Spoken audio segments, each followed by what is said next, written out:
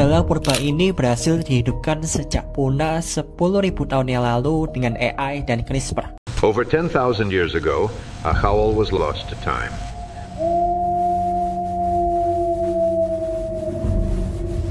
But today it returns.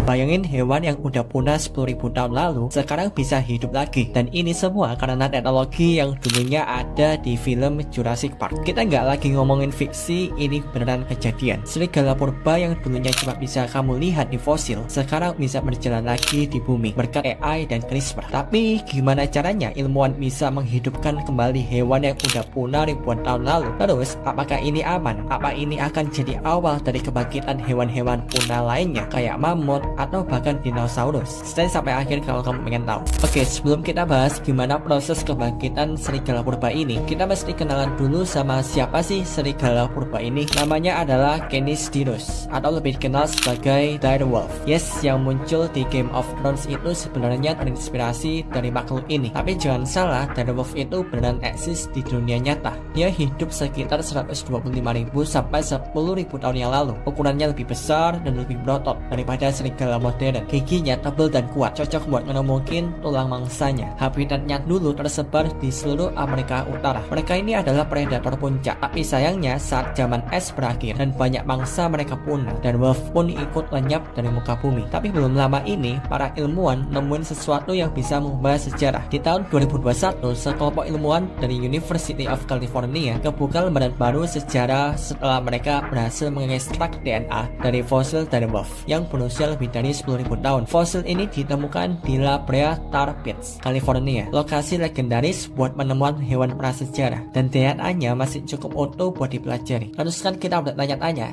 AI gunanya apa di sini? AI ternyata dipakai buat merekonstruksi ulang genetik serigala purba ini. Masalahnya, DNA yang didapat itu rusak. Nah, AI itu dipakai buat memprediksi bagian DNA yang hilang, menyatukan potongan-potongan jadi urutan genom lengkap, kebandingin DNA dengan hewan modern kayak serigala abu-abu dan anjing. Tanpa AI, proses ini tuh bisa makan waktu bertahun-tahun, tapi sekarang cuma butuh beberapa bulan. Dan ketika genomnya udah lengkap, masuklah teknologi yaitu CRISPR. CRISPR itu kayak gunting genetik. Dengan alat ini, ilmuwan bisa mengedit DNA hewan modern dan menyisipkan bagian dari DNA direwolf. Contohnya, mereka ambil embrio dari serigala modern, terus mereka edit gennya pakai CRISPR, mereka masukin gen yang mirip dengan direwolf, hasilnya serigala hibrida yang punya ciri fisik dan perilaku mirip banget sama direwolf kuno. Bahkan menurut laporan dari laboratorium Colossal Bioscience, beberapa anakan dari eksperimen ini udah lahir dan berkembang sehat di lingkungan yang terkontrol. Ya, serigala purba versi modern ini sekarang udah hidup lagi. Tapi tunggu dulu, walaupun ini kan dengarannya kayak keajaiban sains, banyak juga yang mulai khawatir. Pertanyaannya, apakah kita benar-benar siap menghidupkan kembali hewan-hewan punah? Gimana kalau eksperimen ini lepas kendali? Ada banyak tantangan yang muncul, terutama dari sisi etika dan ekologi. Ini bukan sekadar eksperimen lab biasa, kita bicara tentang makhluk hidup, yang berarti mereka bisa merasakan sakit, mereka butuh lingkungan yang sesuai, mereka punya hak buat hidup layak. Banyak pakar biotika tanya, apakah ini adil? Kita bawa makhluk dari masa lalu ke dunia yang udah beda banget. Bayangin, direwolf yang terbiasa hidup di zaman es, sekarang harus adaptasi sama hutan modern atau bahkan perkotaan. Masalah lainnya adalah dampak ekosistem. Kalau hewan punah dibangkitkan lagi, yang pertama bisa ganggu rantai makanan. Kedua, bisa jadi predator baru yang nggak punya musuh alami. Ketiga,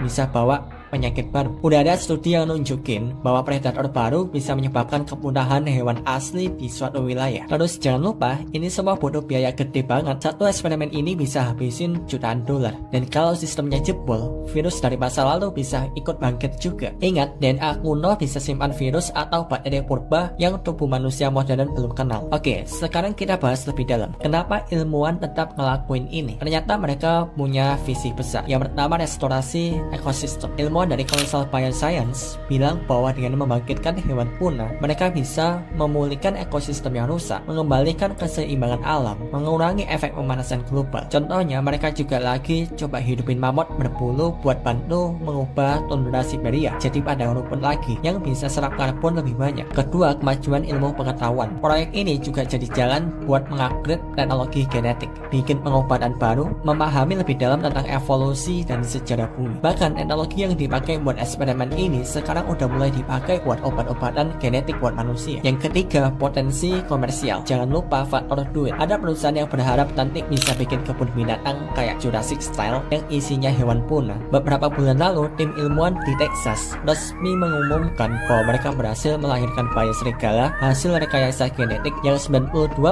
mirip dari wolf. Anaknya lahir sehat, aktif, dan punya karakteristik unik yang nggak ada di serigala modern. Struktur tulangnya yang lebih besar, giginya yang lebih tajam, warna bulu yang lebih gelap dan tebal. Ini bukan lagi teori, tapi ini nyata. Dan sekarang para ilmuwan sedang bersiap buat generasi kedua. Kita udah sampai di titik dimana hewan punah itu bisa hidup lagi. Ada harapan besar, tapi juga risiko yang nggak main-main. Dari sisi ilmiah, ini langkah revolusioner. Dari sisi moral, ini penuh pertanyaan. Dari sisi ekologi, ini masih jadi bencana atau penyelamat. Tapi yang jelas, dunia berubah. Dan kamu sekarang hidup di zaman dimana kebangkitan dari kepunahan bukan lagi dongeng,